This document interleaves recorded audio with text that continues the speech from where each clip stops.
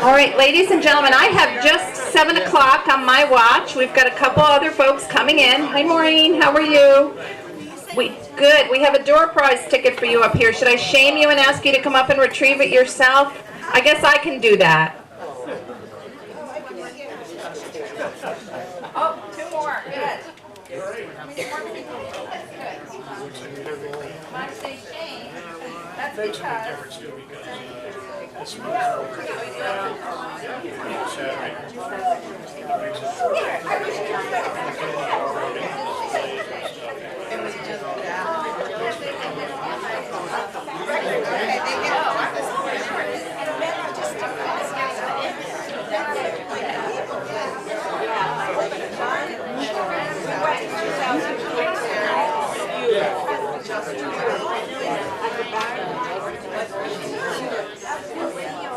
Ladies and gentlemen, welcome to the March 2025 meeting of the Beacon Historical Society. Give yourselves a round of applause for this great turnout. No surprise, because we have a terrific program lined up with Patrick Mescal tonight on Irish immigration to Beacon, and I know you're going to enjoy it. I'm looking forward to it. But I'd like to begin our meeting, as we always do, by asking you to please rise so that we can together recite the Pledge of Allegiance. I pledge allegiance to the flag of the United States of America and to the republic for which it stands, one nation, under God, indivisible, with liberty and justice for all. Thank you, and you may be seated. Let me also thank you for your support of the Beacon Historical Society. We had a great 2024, and we're looking forward to a really exciting 2025. But it's only because of all of you. You come out to our events, you provide us generous donations, you renew your membership, and you make all of this possible. So give yourselves a round of applause for being members or supporters of the Beacon Historical Society.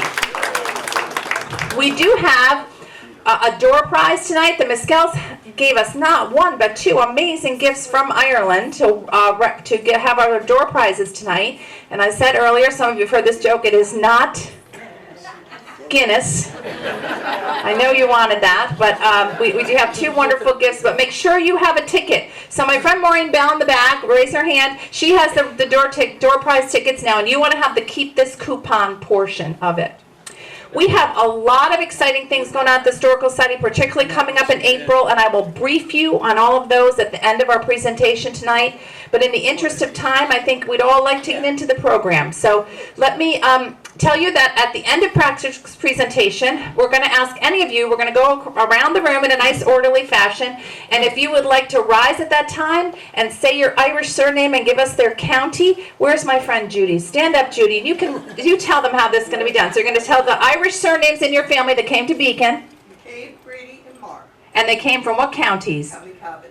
All right, wasn't that easy, right? Okay, and this way we're going to hear some of the counties that actually came to us in Beacon, and of course some of the great family names of Beacon that many of us will recognize. So without further ado, Patrick Mescal, if you would come forward. Patrick lives here in Beacon with his lovely wife, Joan. They're both volunteers. Patrick is a longtime volunteer at Beacon Volunteer Ambulance Corps in particular, but the hat that he's wearing tonight should really be a tam o'shanter.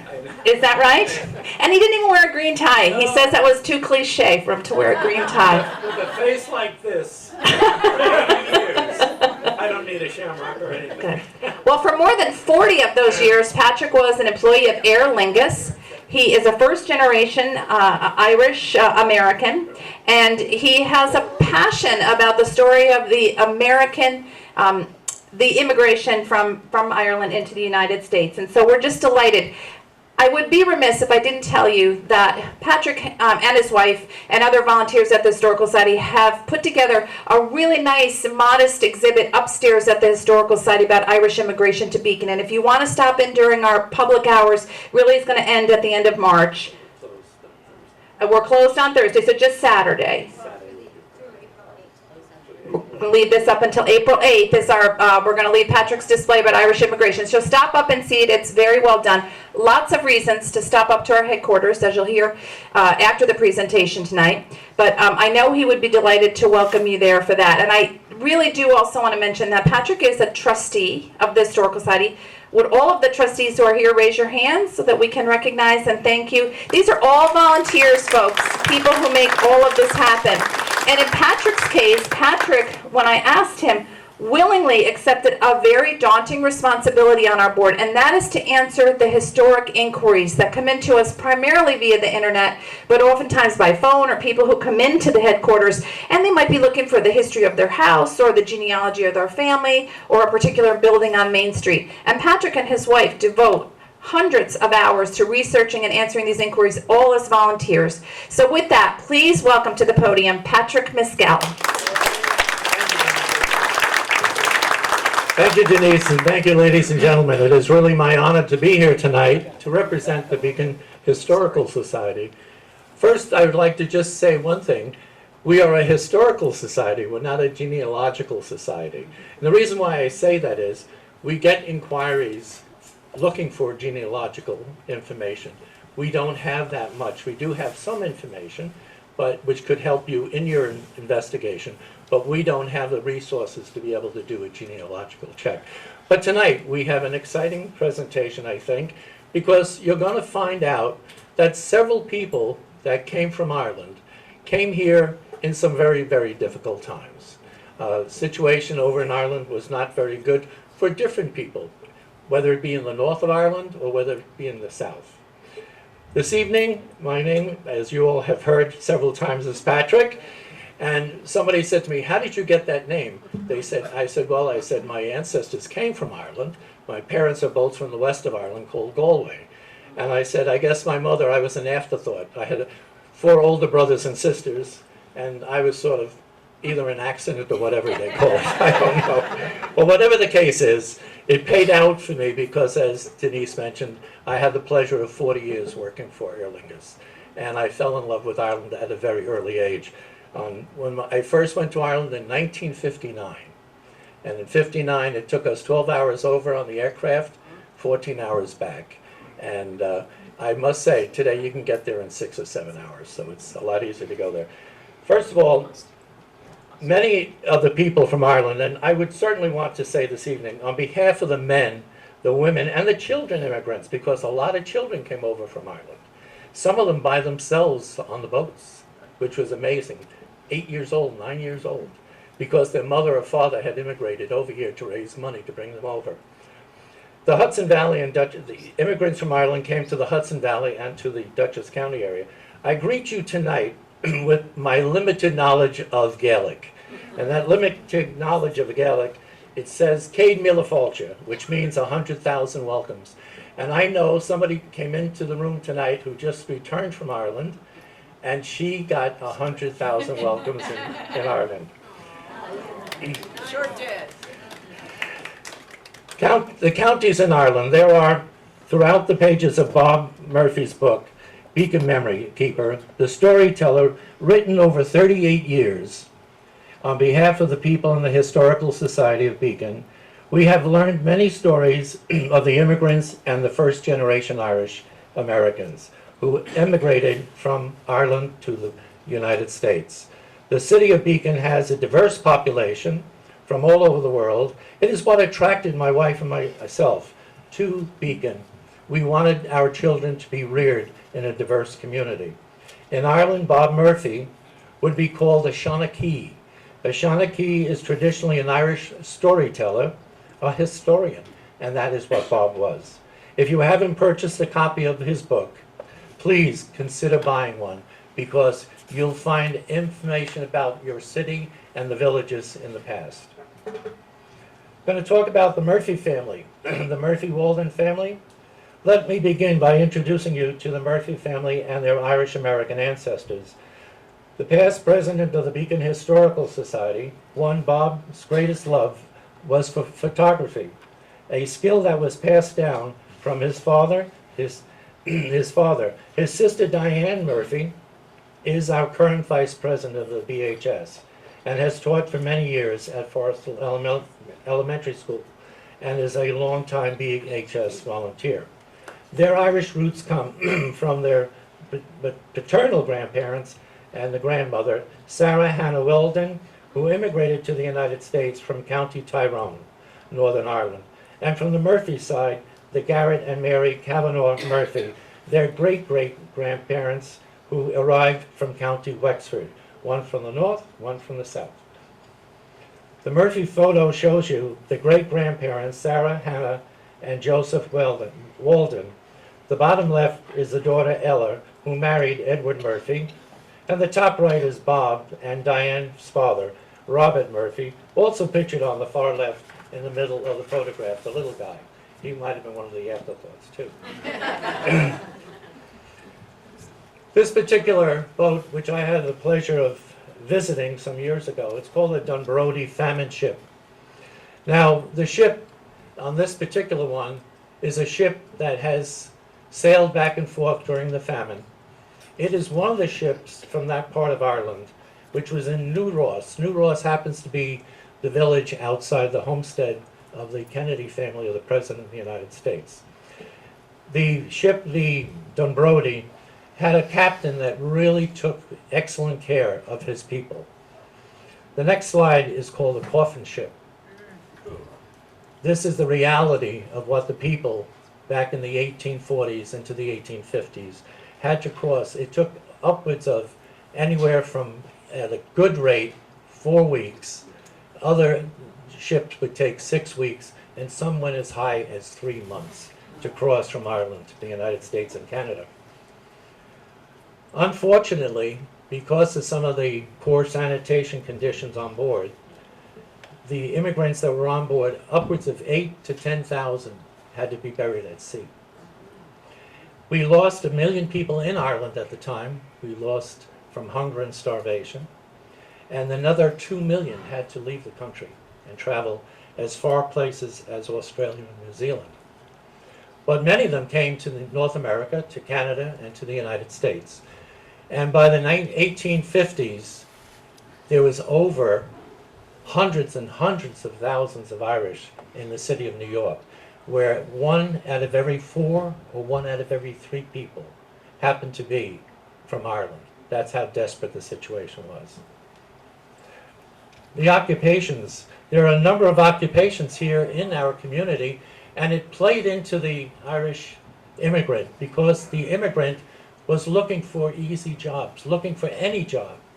And just as an aside, when they were building the Erie Canal, they offered the American local people $30 a month. They did it for about 6 or 7 months, after which they realized it was just too hard work.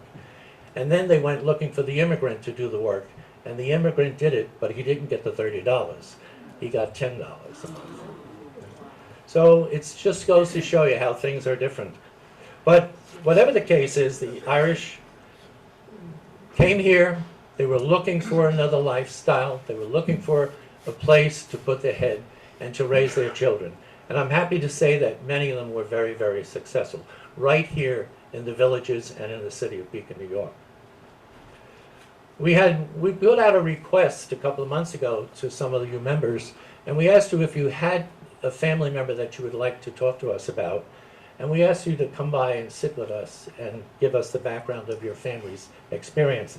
One of them is Barbara Conley Gosda, who happens to be a major volunteer at the Purple Heart Museum in New Windsor. And I have been over to that Purple Heart Museum, and let me tell you, if you haven't been there, do yourself a nice ride. Go over and see it. And they have on site information about people from the city of Beacon through the computer and some local information. The family of Farmer, and when I see Farmer, I'm thinking of the farmer on the field, but Farmer and Connolly, Patrick Farmer was born in Ireland and emigrated to America around 1850, so right at the time of the famine. He initially went to Orange County, where he married Alice King in St. John's Church in Goshen. They are both buried at Old St. Joachim Cemetery and displaying a marker for Patrick's Civil War service. A lot of the Irish that came across during the famine wound up in military service because there was a draft at the time. The rich people could pay their way out of the draft. I think it was like $300, which was a lot of money then, but the rich did not have to send their children to the war. Frank and Jane Jenny Farmer Conley were married in 1918. Frank was a brickmaker. Makes sense here in Beacon, in the surrounding area, and Jenny kept her house. Frank and Jenny's son Robert and his wife Dorothy Fayot Conley was married in 1946 at St. Joachim's Church. Robert was a Navy veteran, again serving the nation, employed at National Nabiscot, now fortunately being used as the museum. Bob was a proud Irish American during the Firemen's Parade held on St. Patrick's Day in Beacon, and that happens to be him in the lead of the Irish Parade. The Timoney family. Francis Timoney was born in 1829, immigrated from County Fermanagh in Northern Ireland, came to Dutchess County, however, in 1886, because what he did when he arrived here so young, he came on board working in Westchester and over near Haverstraw, where all the brick factories were coming up along the Hudson River. And eventually, he saved up his money, and he came up to this area in 1886 to open his first brickyard. By the late 1890s, he owned 3 brickyards in the area, and he was very instrumental in Dutchess Junction in building housing for the brick workers. He also built the Catholic Church, which was a mission church of St. Joachim's. He also built a school. So he had his own little village, and they called it locally Timoneyville. Unfortunately, a tragedy struck, and the tragedy struck on July 14th, 1897, when the Melzinger Dam broke, the 2 dams back to back. The second one broke, hit the first one, and down came the huge flood. The flood was running anywhere from 20 to 30 feet and running like a car, the speed. Unfortunately, several people got killed in this unfortunate tragedy, and one of them happened to be Mrs. Elizabeth Conroy, whose husband was the engineer of the factory, for the brick factory. She also lost 2 children, ages 6 and 1.5, and she wasn't the only one to lose a child. I mention her name because she was also a survivor of the Great Johnston floods back in 1889. So it was really a tragic situation for the father was left with 1 child. I think she was about 4.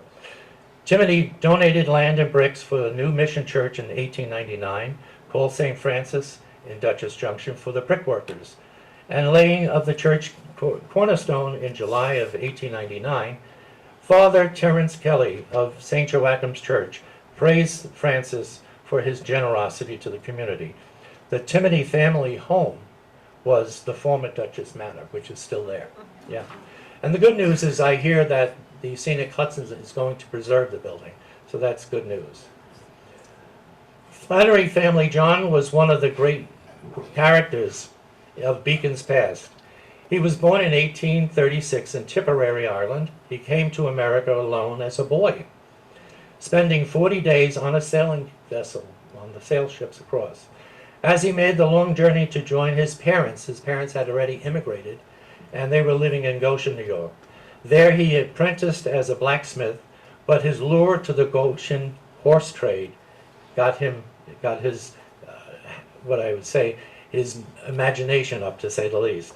Soon he was a trainer and a lifelong boaster, and at the age of 19, he owned his own house and his own racehorse and had $500 in the bank. That's a lot of money back then. The Flannery photos. At the age of 25, Flannery came to Fishkill Landing and established his landmark hotel, saloon, and stables down by the riverfront, right across from the depot of the train station. Good location. He ran the hotel for 26 years. He kept his beloved Mike W., I don't know why he called it Mike W., at his stables, and he won many local races in the Hudson Valley. His son, World War I Navy veteran, J. Gordon Flannery, became a local lawyer here in town. And at Dutchess County, he became a judge for Dutchess County, and later on was promoted to the New York State Supreme Court. Again, the beautiful dream of America. living the life. We have a photo of the First Presbyterian Church located on Leonard Street, our neighbor, in the village of Matawan. The Presbyterian Church was a church where you would see and hear many of the Irish sounding voices. The people in Ireland were people who spoke different dialects somewhat. One part of the country would have this sound and another part would have another sound, but they were either speaking Gaelic or they were speaking English. But to the Presbyterians who came to the United States, not at this time when they first came, they were known as Irish. They weren't known as Scots-Irish. That became a habit later on as the massive numbers of Irish from the South immigrated to the United States due to the famine.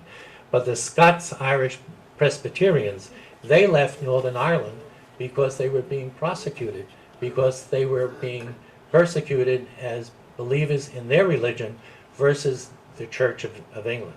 So they fled. They came in over here in numbers of about 200,000 before the American Revolution. And I say that specifically because during the American Revolution, 40% of the soldiers fighting with General Washington were from Ireland. They were predominantly Scots-Irish from Northern Ireland, but they were addressed as being Irish. And even the English lords and ladies in the Parliament commented that they were losing the revolution in North America because of the Irish. And that was predominantly the Scots. There were some Catholic Irish that were very influential during the war as well, but our numbers were very, very small. Probably, I would say at that time, no more than 2% of the population were from the Republic, what we call today the Republic of Ireland. The original church was built in 1834, and the second church, designed by architect Richard Morris Hunt, we've all heard that name before, was built in 1872, but unfortunately burned down in 1943. The current church was built on the same land and opened in 1945. What I took notice of was the fact that the Scots-Irish church that was built on Leonard Street and the Catholic Church came and built right next door. And that told me something. That said there was a concept of some unity here. They might not have agreed on everything in life, but they certainly agreed with their neighbors. And that's why I think those two churches are based where they are. And that speaks well for Beacon, because I think that's very true even to today. On the next slide, O'Sullivan. During the 4 bloody years of fighting between the North and the South, some 2 million men reported, and don't forget there were some women that also participated, not in the battle, but certainly taking care of the wounded, reported for duty on the Union forces. The villages of Matawan and Fishkill Landing produced their share of the quota necessary to make Appomattox happen and to reunite the country so that the badly divided country could be one again. This local soldier, his name is Eugene B. O'Sullivan, born in Ireland in 1846. Eugene O'Sullivan immigrated to America at the early age and grew up in Fishkill Landing. He ran away from home at the age of 15 and enlisted. Don't forget, they used to have little drummer boys. Matter of fact, I just read a report that one of the drummer boys, not from this area, but during the war, actually won. He was 11 years old. He won the Congressional Medal of Honor. Now, the Congressional Medal of Honor, just to let you know, because it's come up in recent discussions at the White House, the Congressional Medal of Honor was issued during the war for the first time. And the rules and regulations to obtain that kind of award today are far more stringent than what they were, back in the time of the Civil War. So there's a lot of people that will have won the award, but today it's more difficult to win the award. But O'Sullivan's horse was actually shot from beneath him on one of the many, I think he was in 30 battles, and he was unscathed being shot at and the horse being killed. In 1880 census, at the age of 34, he was listed as a cooper, a barrel maker. O'Sullivan held several offices in the Grand Army of the Republic before his passing in 1916. The Forrestal family, a name we've all heard. Some of you went to the school named after him. The Forrestals have a lasting impact on our city's heritage. from its homes and buildings to its educational system, to the accomplishments of their most famous son, James Vincent Forrestal, and the role he played in American history. His father, James Forrestal Sr., was born in Ireland in 1848 during the Irish famine, came to America and Beacon at the age of 9. Again, he's one of the ones that came across at a very young age. And I think, yes, his mother was already here. His father died in Ireland, probably because of the famine, and his mother remarried here in the Hudson Valley. His own contract, his son went on, the father went on to, after his carpentry apprenticeship, he went on to own his own contracting business at the age of 25. His son William and Henry worked with him. He had a reputation of reliability and was a community man. Forrestal was a devout Catholic and belonged to the Trinity Council, the Holy Name Society at St. Joachim's Church. With other Civil War veterans, he joined the local guard unit called the Dennings Guards. He reached the rank of major in the New York National Guard, and therefore was known around the community as the Major. In 1894, he was appointed postmaster. He was obviously involved in politics, because you didn't become a postmaster in those days unless you were playing the game. He served in that position for 4 years. As a builder, the Major developed the Wiltshire area, which is now known as Rombout Avenue, section of the city, as well as building dozens of other homes. I think the figure was, 500 homes? Yeah, to the best of my knowledge, yeah. Forrestal's home on Fishkill Avenue in Matawan is, as it appeared in 1897, is in the doorway are the 3 Forrestal brothers, James Vincent, the youngest, Henry and William, and their mother, Mary Toohey, a Beacon girl or a Matawan girl. James Forrestal Jr., I will say, I don't know if he went by that title, but James Vincent Forrestal was married to Josephine Ogden. In 1940, James left his lucrative Wall Street firm of Dillon Reed and Company and moved to Washington to work for the Roosevelt administration. His title was to be administrative assistant to the president. His job was to advise FDR on financial matters, since he was an expert on Wall Street. As the Beacon News reported, he left a $180,000 a year job as president of Dillon Reed to make a $10,000 a year government job. That $180,000 was today valued at $4.5 million, just to show you the extent of his wealth. Within 2 months of his arriving, the president changed his mind. And in August of 1940, just a few months later, Forrestal became the Undersecretary of the Navy, a position of national trust that he held for 4 years. He was instrumental by all historians of building up the United States Navy on both oceans.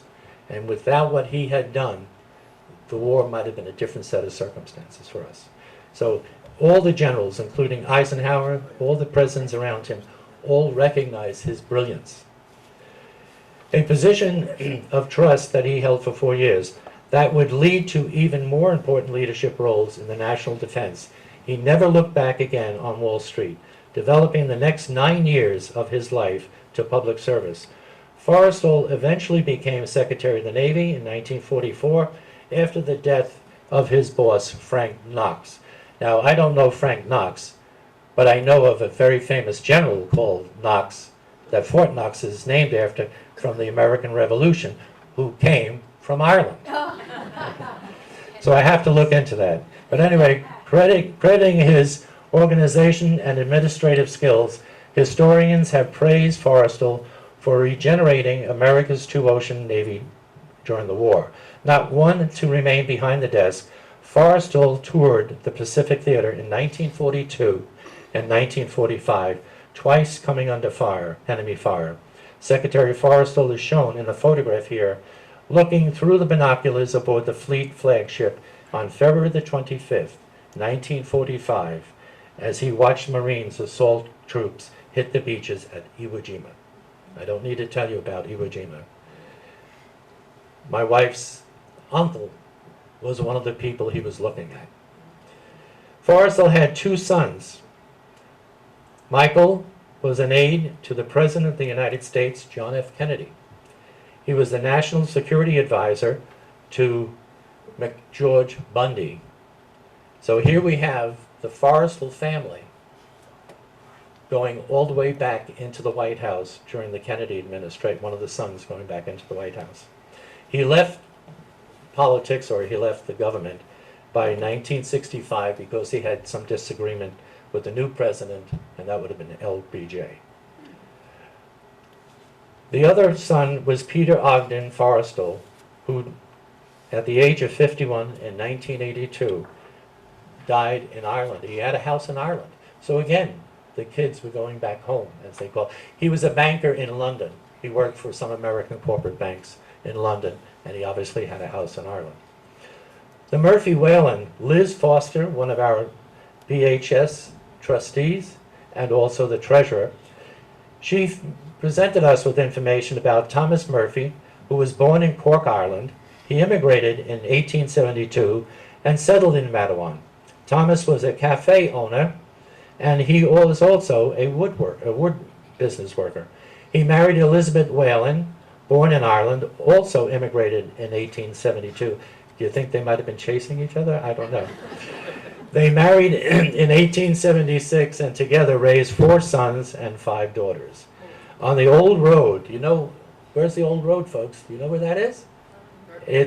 Old Road is now Verplanck Avenue. If you look at the old maps we have at the Historical Society, you'll see Old Road, and we have to let people know that that is actually Verplanck. Elizabeth was a homemaker and died in 1919. Their daughter Elizabeth married first-generation Irish-American Patrick Myler. This next slide shows the Verplanck address of the Lawrence Myler photographed, Elizabeth Murphy Myler and a nephew in front of their home on Verplanck Avenue. Their son and Liz Foster's father, Lawrence, is pictured at the top left at his graduation picture. The other day when we had one of our open houses for this Irish immigrant session, the former chief of the volunteers in the city of Beacon, Leahy, he came up and he got very excited about seeing some of the pictures we had. Martin Matt Grady became Beacon's first paid fireman. Now, he technically wasn't a fireman because his job was specified that he was to train the horse, drive the horse, and keep the building safe and clean. So he wasn't registered, I think, but he was a volunteer and he picked up the job. But it gets very interesting. If we step back in time to Main Street, 1907, we might see posted on the Tompkins Hose Company door a help wanted ad that read something like this: wanted, driver, caretaker of the firehouse, must get along well with horses, especially one named Ben. Must also be willing to be on duty at the firehouse at all times. Salary to be $8.33 a month. I'm sure the mayor would like to see salaries down that low. But anyway, in reality, the volunteer firemen and the hose members of Matt Grady fit the bill perfectly and became the first paid driver in the community's otherwise all volunteer fire department. His job entailed both the caring for Ben and the house and the janitorial duties of the equipment. A bedroom for him was set up on the first floor, presumably to be close to Ben. As they began an 11-year partnership between Grady and the old driver of the Tompkins Hose and the horse, the company fire horse. Matt trained Ben to perform tricks during parades. Most notably, they performed in the 1909 Hudson-Fulton Parade in Newburgh. Now, I don't know if many of you know, but there is a connection between the Madame Brett family, subsequent family, and Fulton. And Fulton was related to the Craries, am I correct? Yes. Okay, right. So there is a connection between the Fultons and our town. Matt trained him to perform various tricks at the various parades. And what gets interesting, and the chief was the one that brought this to my attention, he said they won first prize. They got $50 in gold. And first, for the group of the company, because of the horse and the excitement and the training of the horse and the men marching, for the finest appearing company in line. And an additional $25 in gold for the largest number of men in line, 89 volunteers from Beacon. Yeah. Ben retired in 1918 to the pastures of Glenham, our next door neighbors. The Brennan Keating family. It was indeed a long way from Tipperary. Ellen Brennan was born in what was then Ballysloe, County Tipperary, Ireland, in 1858. 18 years later, she would set sail across the wide ocean to find a new life in the land of opportunity. A sister, Nora, had already made her way to America. Ellen initially lived in New York City, and it was there that she married Patrick Keating. Keating was also born in Ireland in 1860, worked for the railroad in Fishkill Landing as a yard supervisor. In this photograph, Ellen is seen at about the age of 60 with her son John during World War I. She lived in Beacon until the time of her passing, some 20 years later. Edward Dillon, born in 1858, was a first-generation Irish-American son of Michael and Mary Dillon.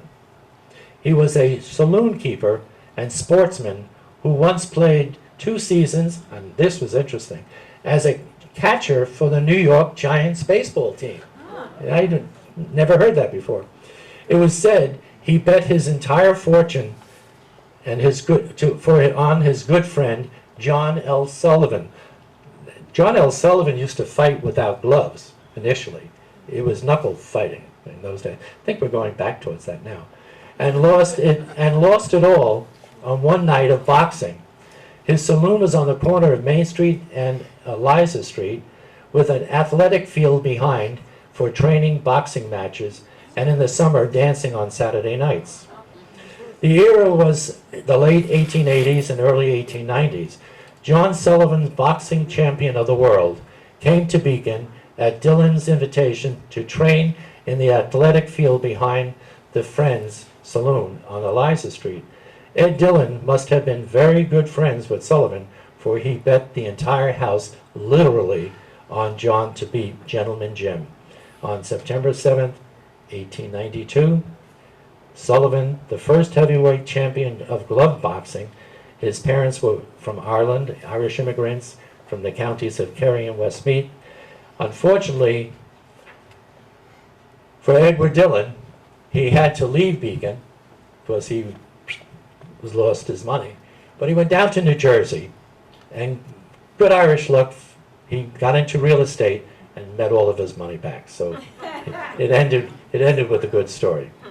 St. Joachim's Church, Ed Archer, the church historian, was a big help to Karen, Mayor, and myself in getting some information about St. Joachim's. St. Joachim's has served the people of Southern Dutchess and Beacon for about 164 years.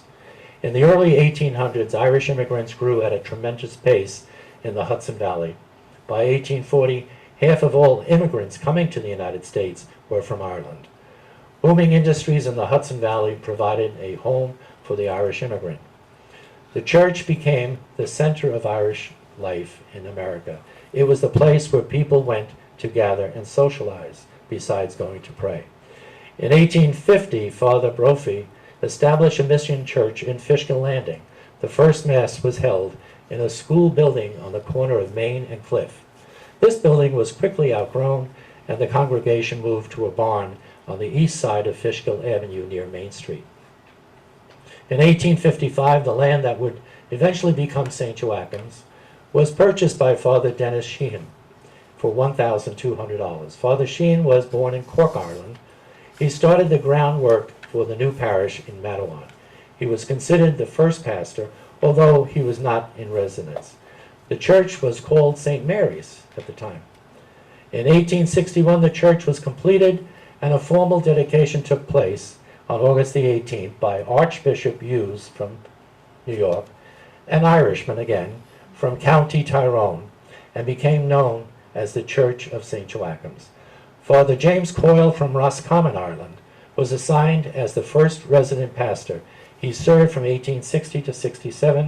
In 1861, Father Coyle established the parochial school in the church basement. So what they did was they built the church foundation, they put down the flooring, sort of a ceiling, and they started to use the church as they built around it. And eventually they were able to build a school system there as well. The current pastor is Father Richard Smith, a first-generation American. So his family is from Ireland. Bradley's house, a saloon at Churchill Street on the corner of Spring Valley, was swept away by the worst flooding of the Fishkill Creek in Beacon's history in March 1st, 1902. The saloon keeper, Jack Bradley, was born here in 1867, again a first-generation Irish-American, who nearly had become the flood's only casualty when he fell from a ladder, leaning on the house into the raging water below. Bradley, of course, was removing his goods, more precious than life itself, when he misstepped and nearly drowned in the freezing creek of the winter water. By the way, the word whiskey in Irish, when translated from the Irish Gaelic, means water of life. I keep saying that's why I can drink it. The drama of his fall and subsequent rescue was witnessed by a crowd of gatherers near the bridge to watch the inevitable destruction of his business.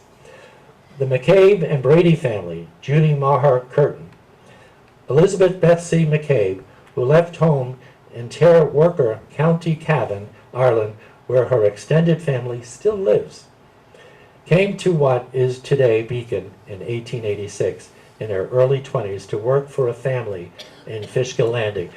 It is not unusual in those days, and even into the 1900s, for young women to come from Ireland and to actually work at a residence as a maid or whatever they want to call them. Right? We actually used to have people coming over here. We had, what do they call them when the girls come over from Europe?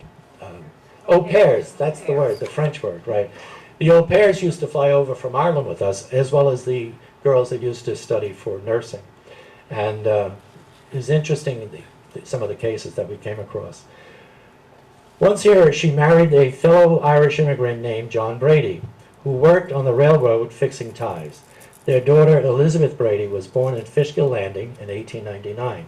An only child, she was enrolled at Sergeant's Industrial School, but later found work in the hat factories, where she and her husband, J. Joseph Maher, both worked, and they were married at St. John's Church in 1922.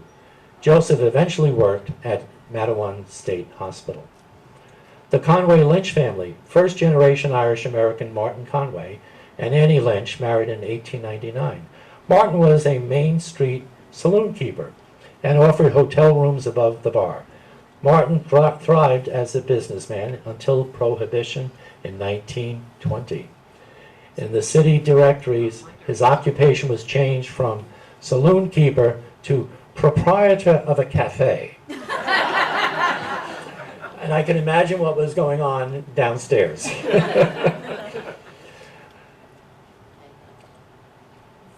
The Gallagher-Cahill families. Former Mayor Robert Cahill was a first-generation Irish-American. His mother, Catherine Gallagher-Cahill, was born in Ireland. Bob was mayor of Beacon from 1970 to 1978. During World War II, he served in the Army Air Corps, and was a prisoner of war for 10 months in 1944. Active in the city of Beacon, politically and otherwise, Bob was the founding father of the youth teams in Beacon, both the Babe Ruth League, Little League Baseball, and the CYO Basketball. The Hannon family. In the early 1900s, many of Beacon's first-generation Irish Americans, whose parents were born in Ireland and had emigrated to America decades earlier, were by now living out the American dream. Families with names like Forrestal, Flannery, Hannon and had sons and daughters successful in business here. Upstanding citizens, all of who could afford a better thing in life. The wedding photo of the Hannah McQuaid wedding photograph was taken in the courtyard of what I'm sure at the time was a beautiful Melzinger hotel. The finest reception was followed by an equally impressive, and this is impressive, a 10-day stay in Bermuda. The groom, Frank Hannon, was born in 1885. He's in the center of the photo, number 1, if you can see the number 1 there. Catherine Kitty McQuaid in St. Joachim's in 1911. Frank was the junior partner of Hannon Brothers, a thriving chain of 3 local grocery stores in the Twin Cities of Beacon, or Matawan and Fishkill Landing, and also they must have had one up in the village of Fishkill. His father, Patrick Hannon, the number 2, the elderly gentleman to the left, had worked as a laborer and had come from Ireland in 1862. The bride, Kitty McQuaid, was a stenographer for the New York Rubber Company at the time. One of the ushers, Henry Forrestal, is at the left, he's number 3, was the eldest son of Major James Forrestal and the older brother of the Secretary of Defense. The Darcy family, not quite as old-fashioned in terms of many years ago. However, Peter Darcy was born in 1887 and died in 1944. And Anne Kerry, spelled Kerr rather, not Kerry, Kerr Darcy, was 1888 and 1986. I was at her 102nd funeral. I think it was a couple of years ago. Yeah. They brought her home to Beacon from Florida. They immigrated from Ireland. She was from Scotland, respectively, and passed through Ellis Island. They met and married in Boston, where 2 of their sons were born. The family moved to New York City with the remaining 5 brothers. 7. There was a movie, 7 Brides for 7 Brothers. Should have come speaking. And by the late 1930s, parents and sons alike all became Beaconites. 6 of the 7 brothers served the United States during World War II. All 6 returned safe and sound. The one brother was Pete Darcy, who was on the city council here some years ago, who was also the former president of the Beacon Volunteer Ambulance Corps, now living in New Jersey. He was the son of it was his father, who unfortunately could not serve in the military because he had been injured working down below ground building the Lincoln Tunnel. And they had to come up from the tunnel for the decompression chambers, and somehow he got injured at some point. Right? The photo that you see of the Darcy brothers, all 7 of them, with their mother, Anne Kerr Darcy. There's another family with that name, Kerr, that I remember here in Beacon. Pat Kerr, wasn't it? Patty Kerr, or Pat, right. And he was the soccer. And tell me if I'm right or wrong. Somebody told me that he played for Manchester United. He was from Northern Ireland, right? Yes, he was from Northern Ireland. Yeah, he just passed, I think, a few years back. Yeah. The McElduff Bree family, the eldest of the family of 7, and victim of job discrimination in Northern Ireland, Michael U. McElduff bid goodbye to his ancestral home in Carrickmore, County Tyrone, and made his way to the land of opportunity in America. The year was 1905. He found work with the James Butler Grocery Stores Company and soon became supervisor of the chain of Hudson Valley stores. He became a citizen after serving with the 165th Regiment during World War I. Do you see the common denominator here every time I talk about somebody? On an Irish Society-sponsored trip back to Ireland, or the Emerald Isle as they called it, he met his future bride, Mary. She had come to America in 1910 because there were simply too many people in her parents' family of 9 to live off the family farm. And a lot of times the boys used to leave because the farm was going to be inherited by the one brother, the oldest brother. She found work as a domestic again. The couple here married in 1922.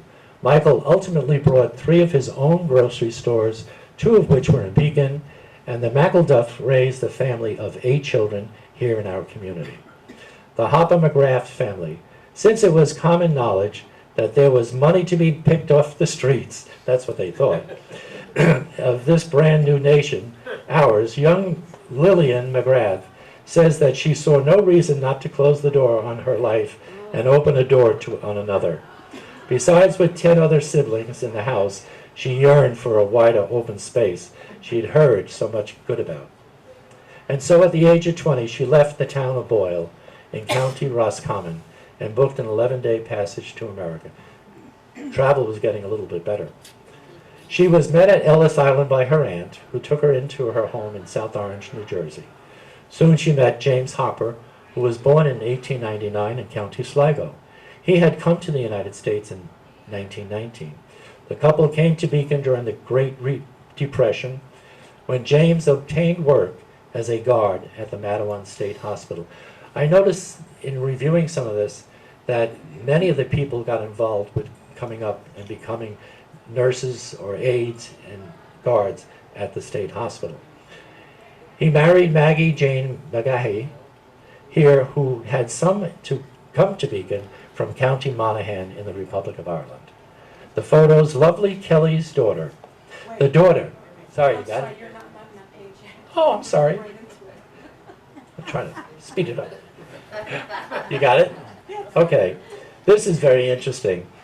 Charlie Kelly and his sister joined us up at the invitation for people that wanted to let us review their family. And we were looking for photographs recently. Matter of fact, they just arrived with a photograph of their wedding photograph. It's on the back table. But their daughter, who wrote to us and transmitted a message to us on the internet, and her name is Kelly, obviously, the daughter of Charlie and Sue Kelly, she created a collage of work of art called Mapping Me, Past, Present, and Future, which included here on a contour map of Northern Ireland with images of Lovely's grandparents, passport photos, and other images. Her art was displayed at her graduation show at Goldsmiths in London, England in 2011. You want to go back to say, Which one? the emigrated from County Kerry, I don't think you did that. Oh, did I skip that? Oh, I'm sorry. I have it missing here, I think. Oh, okay. Yeah. Oh, it's on the screen. Okay. Joseph Walsh. I remember when we first moved here back in the early 70s. Joseph Walsh's pharmacy was there right in the vicinity of the dummy light, right? It was right up the block from it, on the curve. Joseph Walsh opened his pharmacy at 490 Main Street in 1930 after selling his first drugstore at 95 Ferry Street, because that was being taken care of by Urban Renewal. However, before Urban Renewal, he sold it to Max Vogel. We all remember Max Vogel's as well. By 1934, when the photo was taken, Walsh's business was doing so well, this is during the Depression, that his business was increasing sales by over 12%. That was incredible. He obviously had a very good customer base spirit for himself and his employees. He was featured in the 1934 trade magazine about his business, Cume. The Walsh Pharmacy remained a fixture of Beacon's East End for almost 60 years. Am I caught up? The next one. I don't need to tell you who this is. And we only lost her. It's about a year and a half now? Not even, right, right. The Malone Gould family. The former City of Beacon mayor, Clara Lou Gould, her maiden name was Malone. Her paternal grandparents were born in Ireland.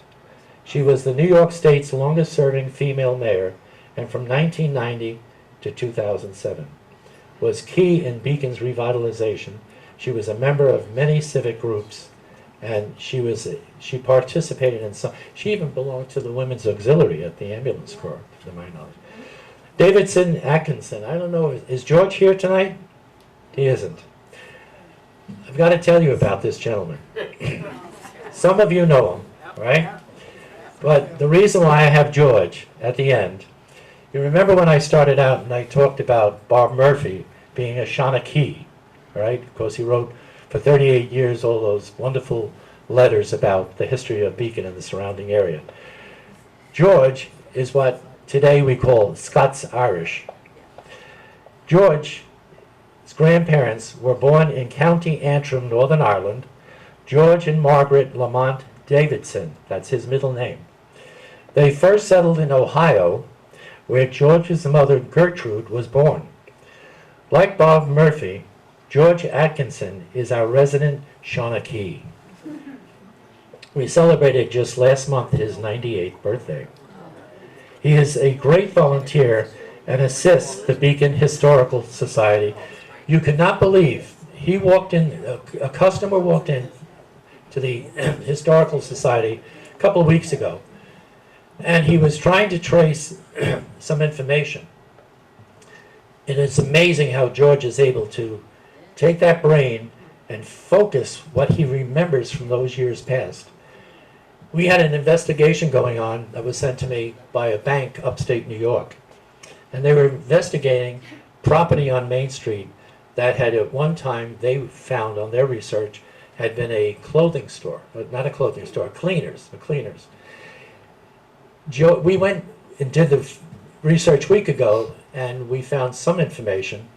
And then we went to George that day when he came in. We said, George, and he sat down with a couple of our volunteers, and George was saying, well, now wait a second. I think he said there was a dry cleaners there, but I'm not sure if they took the dry cleaning in and sent it somewhere else, and that's what the bank wanted to know, whether there could be chemicals in this property. So he said, I think it, he stared and he said, I think it was Oak Cleaners. I know. So he comes back and he tells us he thinks it's Oak. Well, I went home and I said to Joan, I said, George thinks this property might be Oak Cleaners. She got online. Because she put in Oak, O-A-K, it came up, O.K. OK Cleaners. And so we were able to send some information back to that out-of-town client. So anyway, I just want to let you know that George is our local walking Shawnee, to say the least. I wanted to let him know. Just want to let you know we have some maps in the back with all the Irish family names. The name Murphy that we started out with, just to let you know, it's the #1 name in the world from Ireland. The name Murphy in Ireland has 50,000 relatives. And the name Murphy in the United States has 300,000. So it's not easy to track the Murphys, to say the least. And Karen Mayer, as she walked in the room tonight, she said, would you do me a favor, read this? And I'm honored to read it. And it says, an Irish blessing. You've heard this before, some of you. May the road rise to meet you. May the wind be always at your back. May the sun shine upon your face and your rain fall soft upon your fields. But until we meet again, may God hold you in the palm of his hand. God bless.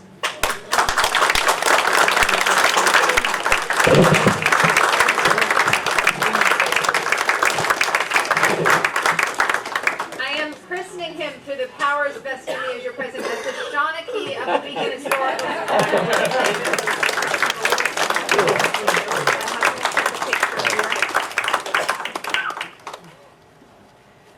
Wasn't that marvelous?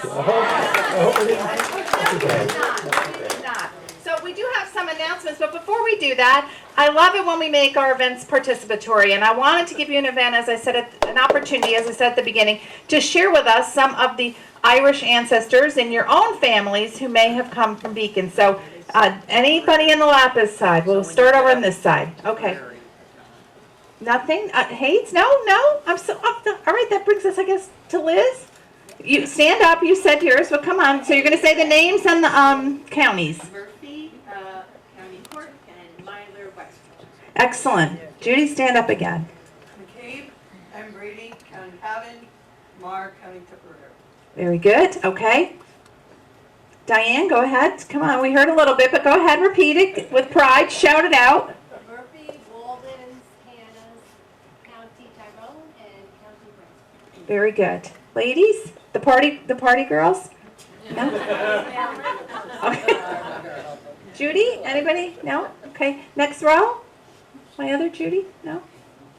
Anybody in the back? Emily, any Irish or, dear sir, yes. Corrigan, County Westmeath. I'd be disappointed if you didn't stand up with Corrigan. Okay?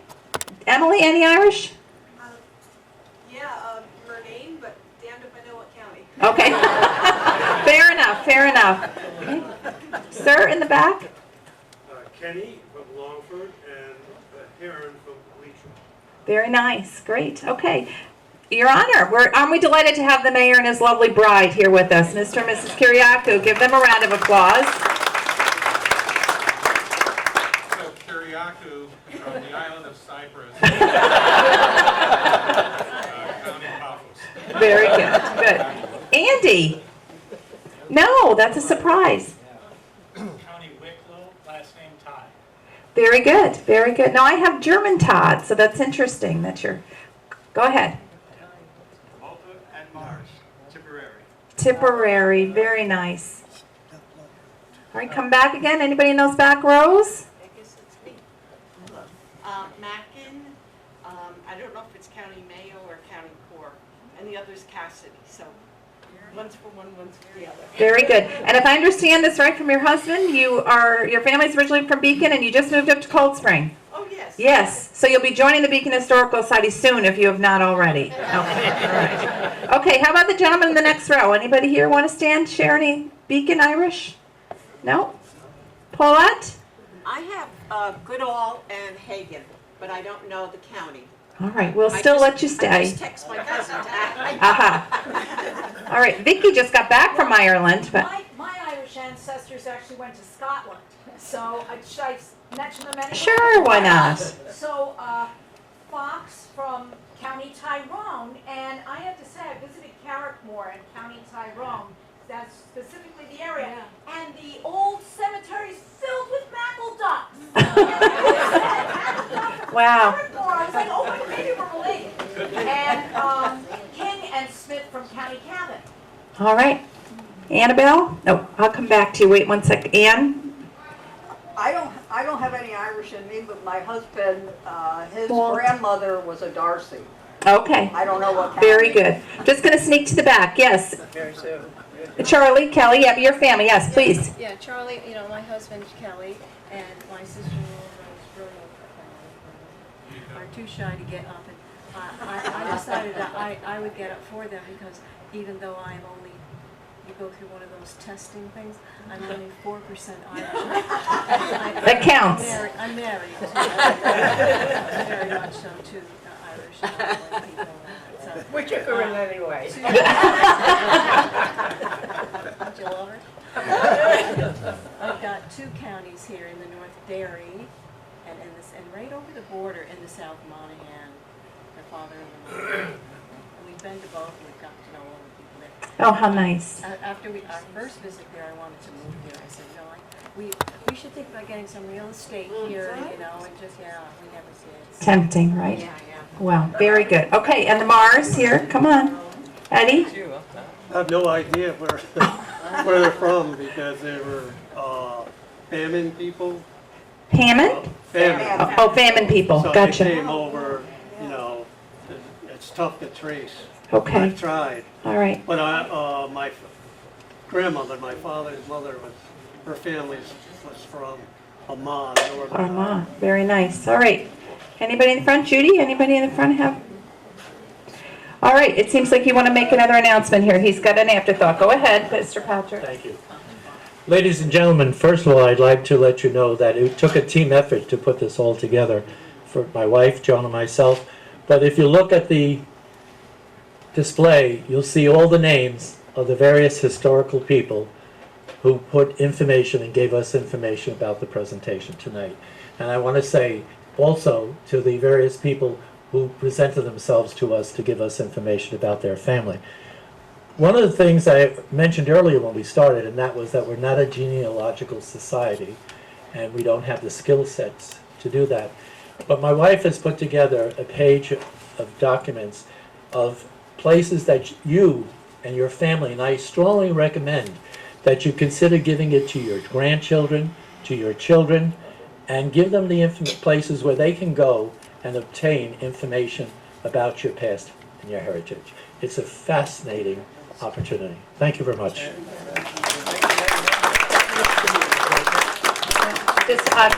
Just want to say that we're so lucky that the Elks Club allows us to meet here, and I did want to let you know that if you'd like to stay and enjoy a cocktail or, you know, a nice Irish beer afterward, you're welcome to upstairs in the bar. Just a couple of these little housekeeping announcements that we need to make. So we do have two great door prizes. The Mescals have provided us. Here she is, Maureen. She was my able-bodied assistant with some more tickets. Good. So we have two marvelous gifts from Ireland tonight, and I'll let our famous speaker draw the numbers and even read the numbers because I don't have my glasses with me. So Patrick? 079456. 079456. In the back? All right, very good. I'll give him a choice, and Patrick, you can pull another.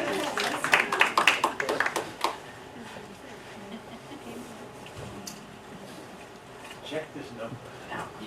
We trust you. Here. My eyes are shaking. We tried to balance. Trust you. We Here. tried to balance it, and what we did was, we have a gift from the Republic of Ireland, and we have a gift manufactured in Northern Ireland. One is Belief, and the other one is water. Very good. Okay, so the second one? Second one is 079429. 079429. Wow.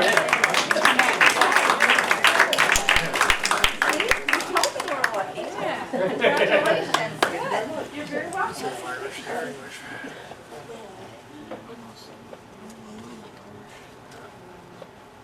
Grand. Okay, marvelous. All right, I'm not going to let you out of the room yet, folks, because we have a lot going on in April, and I'm sure I'll forget some things, and I'll call upon the Brain Trust over here to remind me. But first and foremost, our small exhibit upstairs, which is up a flight of stairs at the Historical Society on Irish immigration to Beacon. We kind of teased that for you tonight. Come see our exhibit on it. It's going to end. It'll go through the beginning of April.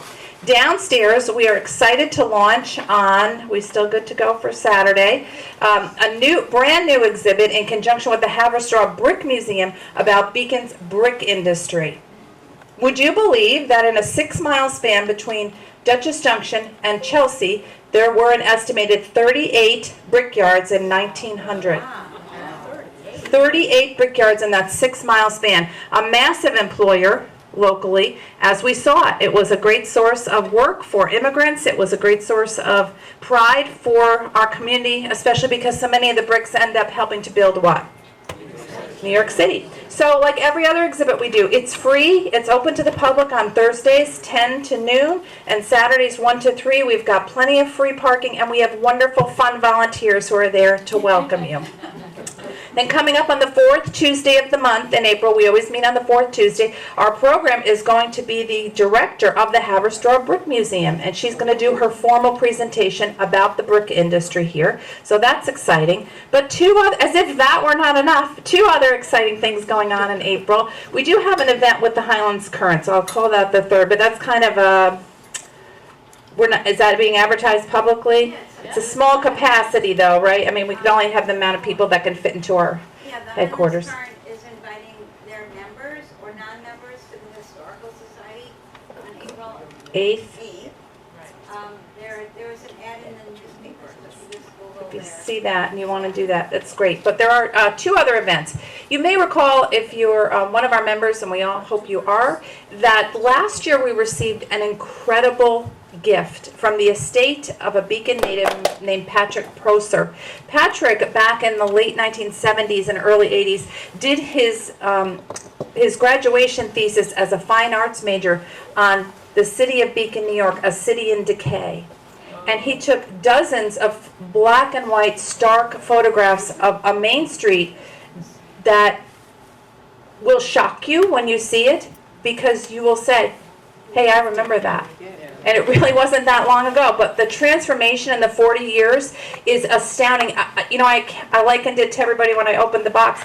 It's like a slap in your face to see the way Beacon looked. And so when his dissertation was posted in the art gallery over at New Paltz, it later came in 1982, and it was on display at the Howland Cultural Center.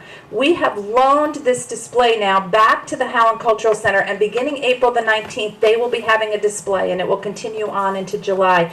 And it is many of the original pictures that Patrick Proser, his estate, his wife, has given to us. Patrick was also a very generous donor of the Beacon Historical Society, though he didn't live in the area any longer. So I hope that you will visit the Howland Center. They're open, the Howland Cultural Center. They're open on weekends in the afternoon.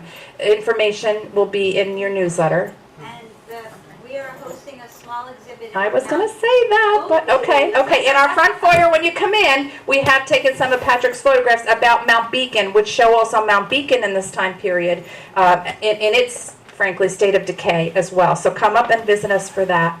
And then, as if that were not like enough, we have to have fundraisers, right? So we do our big fall fundraiser, it's our awards program, but we do try to do something fun in the spring. And we're going to have our second annual movie night in April. My party girls, I didn't take note of the date, April the 29th at the Memorial Building. We are going to have a fun night showing They Were Expendable, which is considered one of the best World War II films, but it stars Robert Montgomery, who was our native son, born in Fishkill Landing in 1904, also a lieutenant commander in the United States Navy during the war, and actually during the filming of They Were Expendable, director John Ford breaks his leg, and Robert Montgomery takes over and directs much of the film. So it's considered one of his finest films. He was in more than 60 movies, and so we'll be showing that, and Diane, our famous cocktail expert, is going to have a fun World War II cocktail for us. We'll have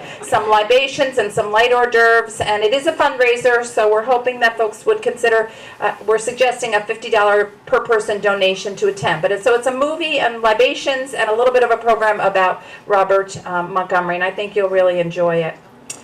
So Diane, any other things that we should talk about, any other things we have going on? Come visit us. Come visit us. How many of you have been to our headquarters at 61 Leonard Street? Okay, a good showing, but I won't rest until you've all raised your hands, right? So, and I hope that you have renewed your membership, or if you're new to Beacon, that you will consider joining us. It's only $25 a year. You get our newsletter, you get invitations to events like this, but most of all, you have the satisfaction of knowing that you're helping us to preserve and to promote the history of the city of Beacon. We're mailing out our April newsletter this week, and if you didn't renew by March, guess what, folks? You're not on our mailing list. So we just cut almost 100 names from our mailing list because folks did not renew. So if you are one of those people who neglected to do so, please make sure you either send us a check for $25 to P.O. Box 89, or that you go online on our website under the support tab. If you have PayPal, you can just simply renew your membership there. Finally, thank you, Patrick, for the wonderful promo, not only for your program, but for the wonderful promo of Bob's great book that is 1,000 photographs, 450 pages of Beacon history. I do have 2 copies of it here with me tonight. If anybody would like it, they're $40 each. So is there any other business to come before the Beacon Historical Society? Diane? Everyone, please join us on Saturday from 1 to 3. We're having the opening of the brick exhibition. Very good. Okay, all right, then let us close by giving yourselves a round of applause. Thank you all for being here. Thank you, thank you, thank you.